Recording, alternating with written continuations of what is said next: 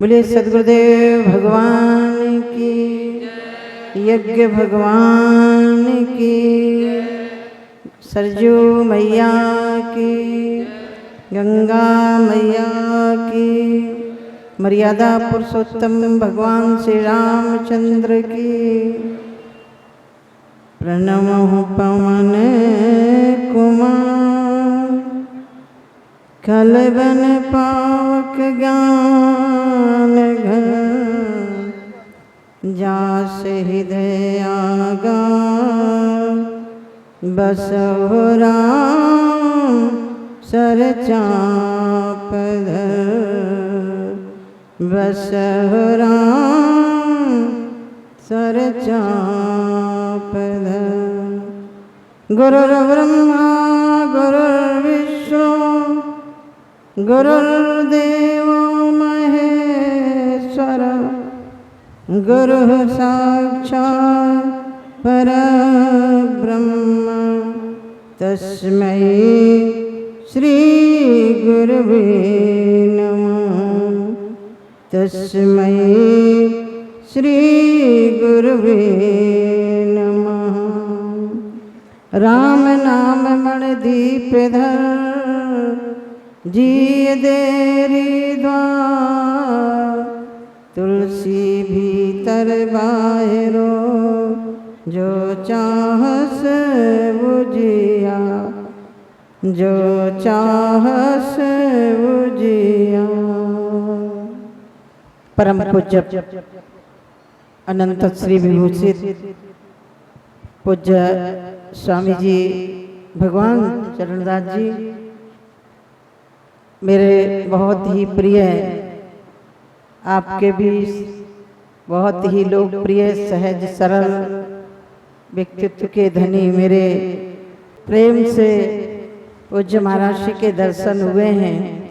मेरे जनपद में एसपी आदरणीय राजेश सिंह जी हैं, उनकी पत्नी किरण जी के कारण मैं आपके बीच में आई हूँ। 1 साल हो गए लगातार कार्यक्रम के लिए कि आपको आश्रम चलना है, तो इनका एक बार ताली बजा के जरा जोरदार स्वागत करिए। यज्ञ पीठ पर हमारे यज्ञाचार्य जी तथा सभी हमारे आचार्यगण यहाँ उपस्थित, सीता सावित्री अंशी आदि बहनों के चरित्र को चरितार्थ करने वाली मातृशक्ति भाइयों, प्रिय बंधुओं, आइए 2 बार भगवान नाम उच्चारण करेंगे। पहले मुझे 7 बजे मेरी फ्लाइट थी, अब मुझे कलकत्ता के बजाय दिल्ली जाना पड़ रहा है, इसके कारण 3 बजे फ्लाइट, तो मैंने कहा जल्दी कर दीजिएगा, नहीं तो मैं यहाँ से आपके यहाँ से कम 3 बजे के बाद जाती। तो 2 बार मेरे साथ सभी लोग प्रेम से भगवान नाम उच्चारण करेंगे। श्री राम जय राम जय जय राम, श्री ताली बजाइए। राम श्री राम जय जय राम,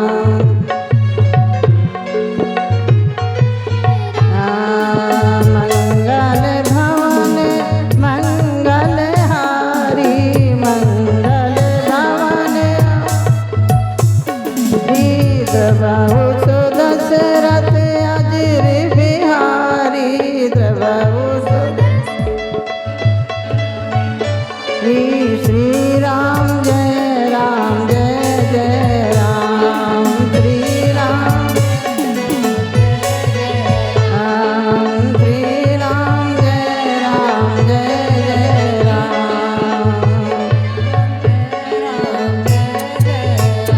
वृंदावन बिहारी लाल की। आदि गुरु आचार्य शंकराचार्य जी ने एक श्लोक में बहुत सुंदर बात कही, जिनकी परंपरा के हम लोग संवाहक हैं, उनके अनुयायी हैं। उन्होंने एक बात कही, भगवत गीता किंचित धीता, गंगा जल्लों कड़िका पीता, एनाकार मुरारे रचा, तस्य यमोपिन कुर्ते चर्चा। आप इसका भावार्थ पूज्य स्वामी जी से सुनते रहते होंगे। उनके इस श्लोक का भावार्थ है भगवत गीता। इन्हीं तरह से आप गंगा जी के तट पर ही हैं। हमारे यहाँ जितनी नदियां हैं सबको गंगा की रूपता दी गई है, इसलिए माँ घाघरा के तट पर बसे हुए हैं। तो गंगा जल्लो कड़िका पीता, और भगवान की थोड़ी सी अर्चना कर ली है तो उसका यमराज के यहाँ खाता खत्म, यमराज के यहाँ नहीं जाना पड़ेगा, ये हमारे शास्त्र कहते हैं। तो आप तो यहाँ साक्षात इतने सुंदर स्थान पर भगवान के दर्शन भी कर रहे हैं, श्रवण भी कर रहे हैं, यज्ञ का भी आप कानों में मंत्र जा रहे हैं। तो मैं एक बात कहा, आपके समझ में आए ना आए, लेकिन पाप रूपी व्यस्त तो चला ही जाएगा, उसको कोई रोक नहीं पाएगा। ठीक है ना, यही है सत्संग की महिमा, जहाँ भगवान 12 ज्योतिर्लिंग विराजित हो, हमारी शक्तिपीठ नौ दुर्गा विराजित हो, और जहाँ यज्ञ की प्रतिध्वनि हो रही हो, पूज्य स्वामी जी की वाणी श्रवण करने को मिल रही हो, तो इससे ज्यादा संगम तो नहीं हो सकता है। संगम में जाने के लिए आपको प्रयागराज जाना पड़ेगा, लेकिन यहाँ आने के लिए कहीं भी जाने की जरूरत नहीं है। चल के आइए, यहाँ कर्म कांड, उपासना कांड, ज्ञान कांड त्रिवेणी बह रही है, जिसमें आप गोते लगा रहे हैं। इसलिए मैं कहा करती हूँ, नाम लिया हरि का जिसने, नाम लिया हरि का जिसने, तिने और का नाम लियो ना लियो, तिने और का नाम लियो ना लियो। जिनके घर में हरि की चर्चा, जिनके घर में हरि की चर्चा, नित भोवत है दिन रात विशेष जिया ना जिया, दिन चार विशेष जिया ना जिया। हमारे उपनिषद कहते हैं, कुर्वन् नेभे कर्माणि जिजी विशेष तक समा, कर्म करते हुए 100 वर्ष तक जीने की, चारपाई में कड़िल के नहीं, बिस्तर में घसीट के नहीं। शास्त्र कहते 100 वर्ष तक कर्म करते हुए जीने की इच्छा रखनी चाहिए। रखना चाहिए कि नहीं रखना चाहिए? तो अभिनंदन करिए देश के यशस्वी प्रधानमंत्री जी को, जो इतना सुंदर घाट बना हुआ है। आज देश का जो वातावरण बदला हुआ है, देश का विश्व पटल पर नाम ऊंचा हो रहा है, तो वो भी एक संत ही है, जो देश की बागडोर अपने हाथों में लेकर काम कर रहे हैं। उत्तर प्रदेश के मुख्यमंत्री तो संत हैं, योगी जी भी संत ही हैं, वो संत से कम नहीं है। परोपकाराय सताम विभूतया, जिसका जीवन दूसरे के लिए हो वो संत ही होता है, और आपके बीच में भी संत हो सकते हैं। अच्छा, एक बात मैं आपसे पूछूं, हम अपने कारण दुखी हैं कि पड़ोसी को देख के दुखी हैं? बोलो ना, सही बोलना। अपने कारण दुखी नहीं है, किसको देख के दुखी है? इसी पड़ोसी का 3 मंजिला मकान बन गया, हम अभी चैन से 1 मंजिला मकान में रह रहे थे, फिर आग लग गई कि नहीं लग गई? बोलो ना, ये पड़ोसी कैसे आगे बढ़ गया? एक बार एक भगत थे, जैसे यहाँ भगवान शंकर के मंदिर है, तो मंदिर में गया, बोला हे भगवान मुझे ऐसा वरदान दे दो जो मांगू, लेकिन उसमें एक शर्त रख दी कि तुम्हें 1 गुना मिलेगा, पड़ोसी को 2 गुना मिलेगा। तो उसने कहा जिस कारण से मैंने तपस्या की, समस्या तो वहीं की वहीं खड़ी है। तो उसने कुछ नहीं किया, वो रख करके चला गया शालिग्राम की बटैया को। तो पत्नी ने लिखा, पतिदेव तपस्या करके आए हैं, साधना करके आए हैं, मैं तो देखूं आजमा के क्या मिलता है।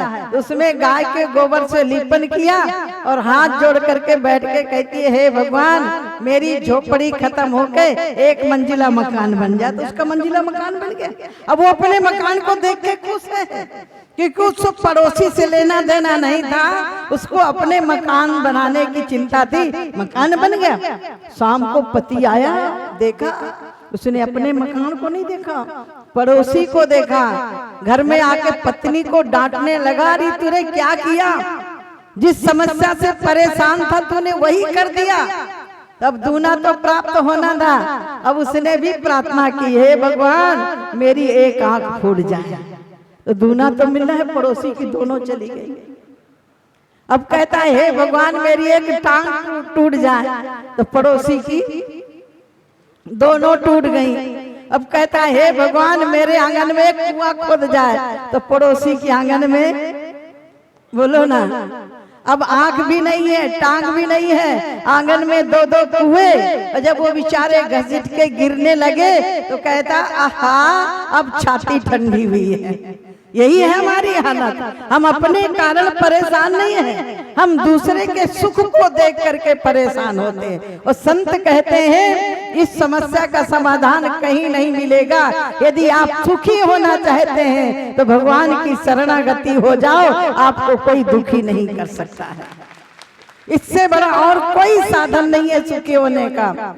संत के पास क्या होता है, एक लंगोटी होती है, एक खप्पर होता है, भिक्षा मांग के जीवन व्यतीत कर लेता है, लेकिन वो अपनी मस्ती में मस्त रहता है कि नहीं रहता? तो आपके पास तो सब कुछ है।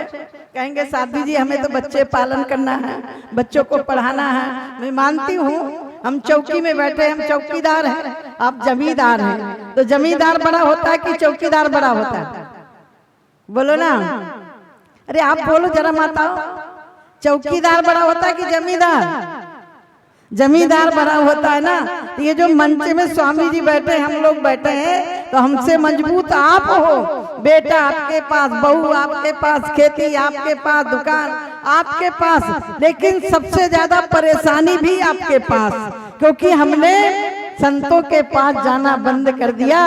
अच्छा एक बात बताओ, भगवान ने भेजा आपको सुख, बोलो ना, खेलने के लिए आते हैं ना, और बच्चे ने पोटली बांधी, सर में रखा और मम्मी को बोला माँ मैं दबा जा रहा हूँ, ये वजन भारी है। माँ ने कहा नालायक कहीं के, ये खिलौने तेरे खेलने के लिए थे, पोटली बांध के सर में बांध करके वजन रखने के लिए नहीं थे।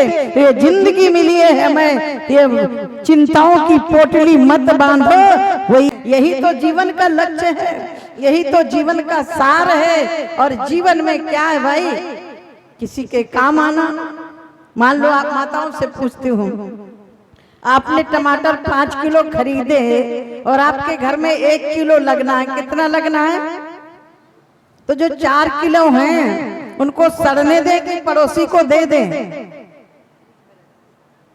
फ्रिज में भी आजकल रख देते, लेकिन पड़ोसी को दे दें, क्या करें?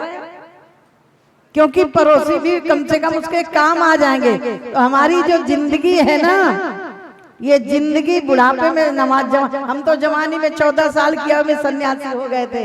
बुढ़ापे में बहुत ज्यादा माया लगती है, माया महा ठगनी हम जानती। मायाधीश की प्यारी माया रानी लागे, महारानी लागे, कारो भव सागर को मीठो मीठो पानी लागे। मायाधीश की माया रानी लागे।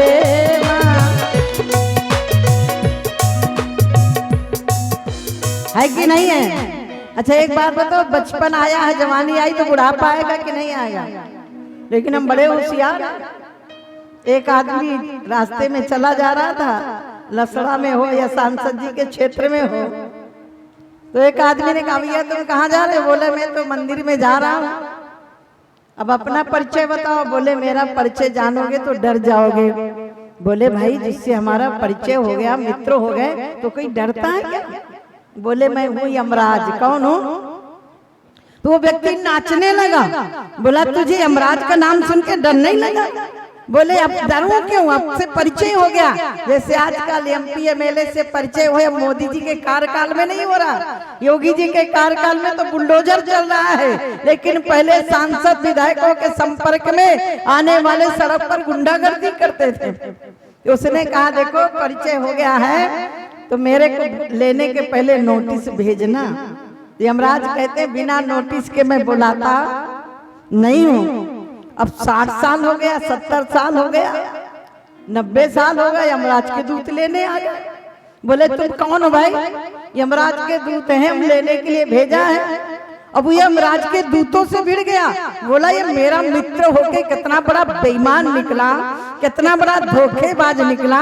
मेरे से वादा किया था जब लेने भेजूंगा तो पत्र भेजूंगा। यमराज के दूतों ने कहा ये तो जवाब यमराज ही देंगे, आपको चलना पड़ेगा। यमराज के पास खड़े होके वहां भी झगड़ा करने लगा। तूने बड़ा बेईमानी की मेरे साथ, तूने एक भी पत्र नहीं भेजा। बोले भाई एक पत्र नहीं, मैंने 3-3 पत्र भेजे हैं, आखिरी में सम्मान भेजा जाता है। क्या भेजा जाता है? मुझे तो मेरे गांव का डाकिया बेईमान, इसका मतलब मुझे पत्र नहीं दिया। यमराज ने कहा डाकिया के द्वारा नहीं भेजता, मैं सीधे भेजता हूँ। बाल सफेदी नोटिस आई नोटिस की नहीं आई? बाल सफेदी नोटिस आई, वृद्ध भये तन छीजत जाए। हाई कोर्ट से सम्मन लाए, गवर्नमेंट सर्वेंट प्रभु। आया कि नहीं आया? लेकिन हमने क्या किया, खिजाब लगा लिए। शाम को देखा दिन में तो सफेद सफेद, और सुबह देखा तो काले। अरे जिंदगी भर हमने काले काम किए तो बुढ़ापा में तो कम से कम सफेद काम करे ईमानदारी के। एक नोटिस आया कि नहीं आया? आया ना। दूसरा नोटिस, आँख की रोशनी कमजोर हुई, उसको भी दूसरे की पुतली लगवा ली। तीसरा नोटिस आया, दांत गिर गए, वो भी नकली दांत लगवा लिए। भगवान कहते तुम नोटिस भेज वापस कर सकते हो, लेकिन गैर जमानती वारंट जब आता है उसको कोई वापस कर सकता है क्या?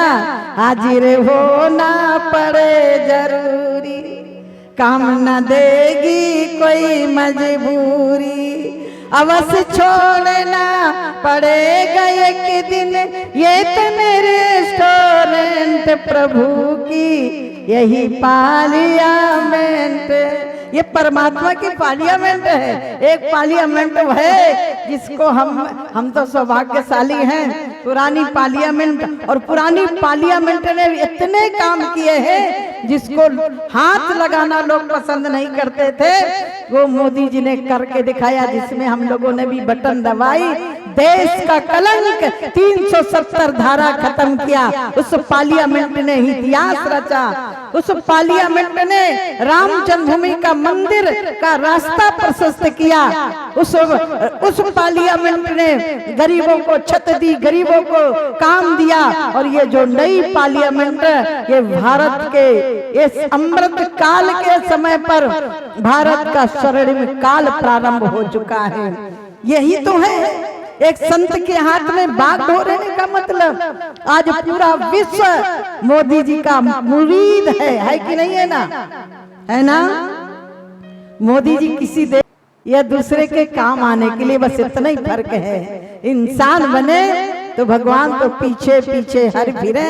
कहत कबीर कबीर, सबरी को भगवान को ढूंढना नहीं पड़ा, स्वयं भगवान सबरी की कुटी में चल करके पहुंचे थे। यहाँ तो बहुत सुंदर वातावरण है।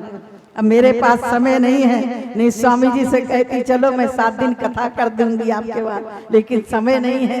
हम लोगों की समय की बाध्यता, 24 का चुनाव भी आ रहा है और 4 लोग समय हमें बाहर की दे दी, तो हमें वो भी काम करना है। फिर कभी आप बुलाएंगे तो जरूर आऊंगी। इतना ही निवेदन करती हुई मैं वाणी पर विराम देती हूँ। इतना जरूर कहना चाहूंगी कि परमात्मा का स्मरण करो, परमात्मा का स्मरण करो। परमात्मा का स्मरण करते हुए करोगे तो वो सेवा होगी, वो फिर अपने लिए काम नहीं होगा। काम तो करना है, लेकिन भगवान का समझ के करेंगे तो सेवा होगी, और अपना समझ के करेंगे तो परेशानी खड़ी होगी। बस इतना ही निवेदन करती हुई वाणी को विराम देती हूँ।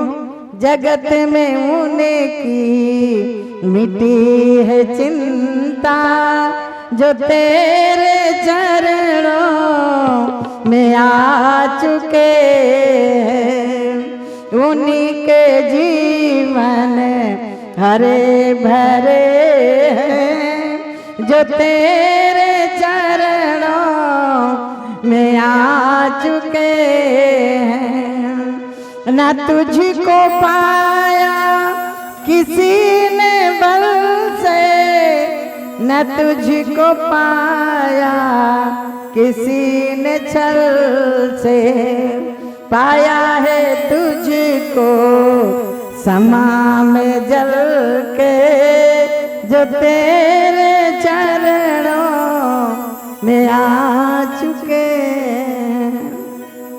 लगन हमारे अंदर उस जलते हुए दीपक को जैसे पतंगे जब तक उसको प्राप्त नहीं कर लेते प्राण गंवा देते हैं, लेकिन उस दीपक को प्राप्त करते हैं। ऐसी हमारी लगन हो। और माताओं से भी मेरा निवेदन है, आप अपने बच्चों को पैसा देना ना देना, संपत्ति कमा के देना ना देना, घर बना के देना ना देना, अपने बच्चों को संस्कार दे देना, वो अपने आप सब कुछ कमा लेगा। यदि आपने सब कुछ दिया, संस्कार नहीं दिए, तो आपके वो बच्चे आपको ही बुढ़ापे में रोटी नहीं दे सकते हैं। तो हम तो जीजाबाई का रोल अदा करें, विद्यावती का रोल अदा करें। हम स्वयं देश की सेवा नहीं कर सकते तो विद्यावती बन के भगत सिंह जैसा पुत्र पैदा करें। लोगों ने कहा भारत की नारी क्या करती है, चौका चूल्हा करती है। मैंने कहा भारत की नारी आज चौका चूल्हे तक सीमित नहीं है, खेत में भी काम करती है, चौका चूल्हा भी करती है, सीमा पर जा करके रक्षा करती है, प्लेन उड़ाती है, ट्रेन चलाती है, खेल के मैदान में अपना नाम ऊंचा करती है। लेकिन जब देश के लिए जरूरत पड़ती है तो महारानी लक्ष्मीबाई बनके हाथ में नंगी तलवार लेकर के मैदान में भी उतरना जानती है। ये मेरी नारी के अंदर शक्ति है, सामर्थ्य है। तो अपने बच्चों को अच्छे संस्कार दें। मैं पूज्य स्वामी जी के चरणों में प्रणाम करते हुए बहुत बहुत आप सबका धन्यवाद देती हूँ। इन्हीं शब्दों के साथ वाणी पर विराम देती हूँ। बोले सद्गुरुदेव भगवान की सत्य सनातन। अच्छा एक बात मैं पूछ के बात, संत अच्छे लगते हैं कि नहीं लगते? बोलो ना। जिनको अच्छे लगते हैं तो जरा हाथ खड़ा करो। संत अच्छे लगते हैं तो हमारे घर में संत हो तो अच्छा लगेगा। जब मैं निकली थी ना तो मेरे पूरे गांव के लोगों ने कहा फलाने की बेटी नाक कटा के चली गई। मैं तो छोटी सी आई, मैं 14 साल की आई, मैं निकली थी, बहुत छोटी थी। मुझे संत अच्छे लगते थे, मैं निकल पड़ी, किसी की बदनामी की चिंता नहीं की। और वो जो मुझे कह रहे थे ना, आज वही गांव में बुलाने के लिए तरस रहे, मैं गांव पहुंच नहीं पाती। तो अपने माता पिता का नाम ऊंचा करनी। आप बेटियां बैठी हैं, ऐसा काम करो कि आपकी पहचान आपके बाप से नहीं, आपकी पहचान आपकी माँ से नहीं, बल्कि आप ऐसा काम करो कि आपके माता पिता की पहचान आपके कारण हो कि फला के पिता हैं, फला के माता पिता हैं। ऐसा काम हमें करना चाहिए। बहुत बहुत धन्यवाद।